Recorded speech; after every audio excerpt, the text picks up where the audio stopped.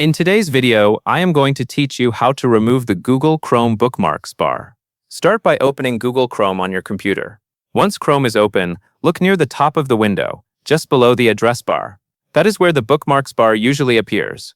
To remove it, move your mouse to any empty space on the Bookmarks bar. It is important to click on an open area and not directly on one of the bookmarks, since clicking a bookmark would open that page instead of showing the menu you need. Now right-click on that empty space. A small menu will appear with several options related to the Bookmarks bar.